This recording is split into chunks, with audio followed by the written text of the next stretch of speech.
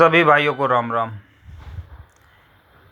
ये एक 23 नंबर 1.5 इंची का बोबिन है जिस पर हम ये प्राइमरी वाइंडिंग कर रहे हैं। ये प्राइमरी वाइंडिंग 12012 वोल्ट के लिए की जा रही है। ये 2 एम्पियर का ट्रांसफार्मर है। ये winding machine winding CNC machine द्वारा की जा रही है।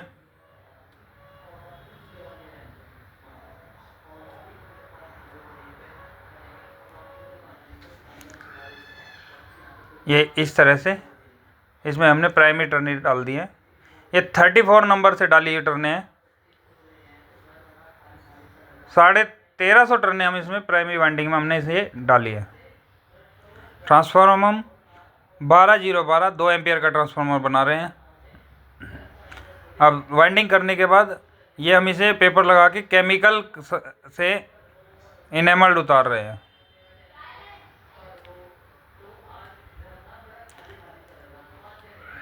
थोड़ी देर रखने के बाद इसका इनेमल्ड उतर जाएगा। फिर इसे हम कपड़े से साफ़ कर लेंगे। कुछ लोग इसे जलाकर भी उतारते हैं। ये इस तरह से उतारना होता है। ये उतर गया, देखिएगा। अब हम इस पर प्राइमरी की तार लगा रहे हैं। ये इस तरह से लीड को पकड़ के और ऐसे तार लगा दी जाती है। ऊपर से टेप लगा दी। टेप लगा के बाद एक्स्ट्रा वायर को काट दिया और काटने के बाद ये सोल्डर पोर्ट में सोल्डिंग कर दी गई है। अभी इस पर एक टुकड़ी लगा दी जाए ताकि ये लीड खिंचे ना, बाहर ना निकले। ये फिर वापस टेप और अब इस पर पेपर लगा देते हैं। अब ये प्राइमरी फिनिशिंग होकर के प्राइमरी कॉइल बन चुकी है। अब हम इस पर सेकेंडरी वाइंडिंग कर रहे हैं। मैंने आपको बताया था ये हम 12012 वोल्ट के लिए 2 एम्पियर के लिए ट्रांसफार्मर बना रहे हैं। अब इसकी सेकेंडरी में हम 83 + 83 टर्ने डालेंगे। ये हमने पहली टैपिंग 83 टर्नों की डाल दी। अब ये सेकेंडरी 83 टर्ने फिर दोबारा से डाल रहे हैं।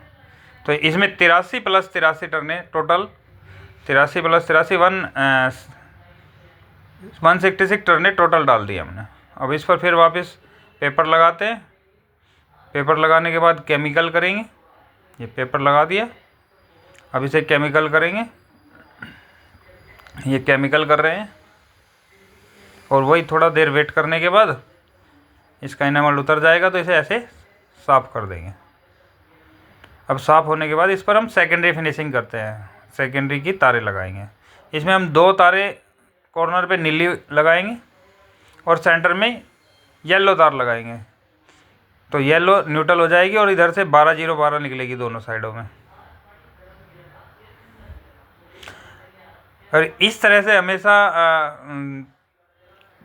इस पे लीड पे इस तरह से लपेटते हैं वायर को और लीड इसकी तार के से, ताकि इसमें अच्छी तरह से कनेक्शन हो जाए। अदरवाइज कई बार कनेक्शन नहीं हो पाता तो उसकी वजह से बाद में पीस थोड़े दिन बाद ओपन हो जाता है या फिर स्पार्किंग होके जल जाता है। ऐसे ही करके इसे हमने वापस काटा एक्स्ट्रा तार को और सोल्डिंग करते।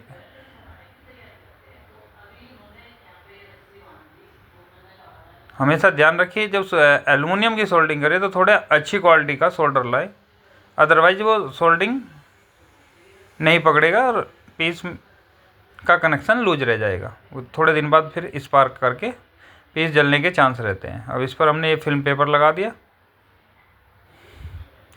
हमारी कोशिश होती है कि हम ट्रांसफार्मर जो भी बनाएं वो अच्छी क्वालिटी का बनाएं, नहीं तो इतनी फिनिशिंग के साथ ट्रांसफार्मर कम बनाते हैं लोग। अब हम इसमें ये पीस हम मारुति कोर में भर रहे हैं। वैसे सबसे सस्ता ट्रांसफार्मर होता है क्वालिटी वाइज, लेकिन सब कुछ ट्रांसफार्मर बेसिकली ऑन रिक्वायरमेंट बनते हैं। जिसकी जैसी रिक्वायरमेंट होती है उसके अनुसार ही ट्रांसफार्मर बनाए जाते हैं। इसमें हम दो दो पत्तियाँ डाल रहे हैं, ऐसे ही 2 पत्तियाँ इधर से डालेंगे, 2 इधर से।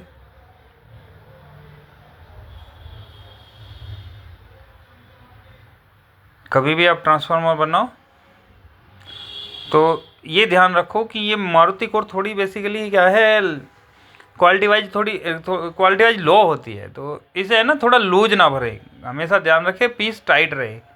अगर पीस टाइट रहेगा तो जो हमिंग वगैरह की प्रॉब्लम है वो नहीं आएगी, अदरवाइज मोस्टली मारुति के पीसों में हमिंग की समस्या रहती है। ये इस तरह से साइड से टाइट करने के बाद फिर पीस से ऐसे टाइट कर दीजिए। टाइट करने के बाद अब इसमें आइए भर दीजिए। आइए हमेशा ये इसमें कोर भरते समय और आइए भरते समय कोर की डायरेक्शन का ध्यान जरूर रखें, अदरवाइज ना तो पीस में फिनिशिंग आएगी और पीस हीट भी होएगा।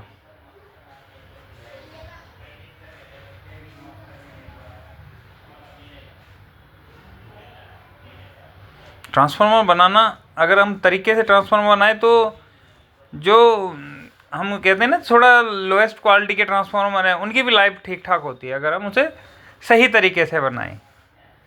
और अगर हम नंबर ऑफ टर्नों का ध्यान रखें, एक्चुअल लोड क्या है उसका ध्यान रखें, तो लो क्वालिटी के ट्रांसफार्मर में भी आप थोड़ी क्वालिटी बेटर कर सकते हो। आजकल मार्केट में सब तरह के ट्रांसफार्मर बन रहे हैं, इसमें मारुति कोर भी है, सीआरजू कोर भी होती है, जापानी कोर भी होती है।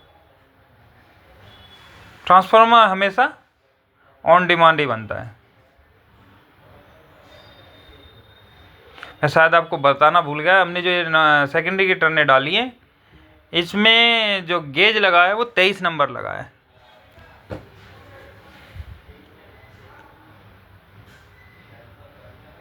ये पीस प्रॉपर बना हुआ है, मतलब आप समझो कि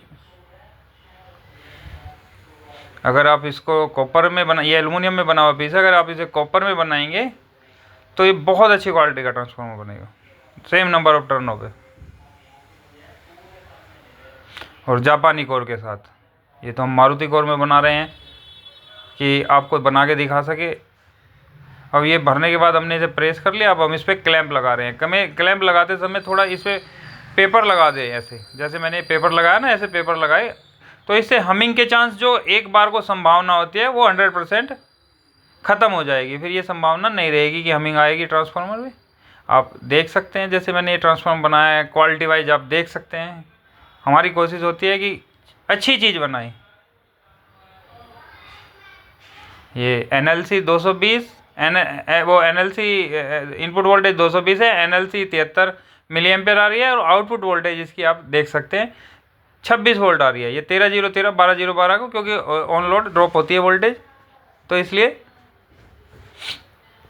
ये 13-0-13 वोल्ट का ट्रांसफार्मर बना है, जो कि बोला 12-0-12 ही जाता है, क्योंकि ऑन लोड पे ड्रॉप होएगी ट्रांसफार्मर की। सभी भाइयों को धन्यवाद।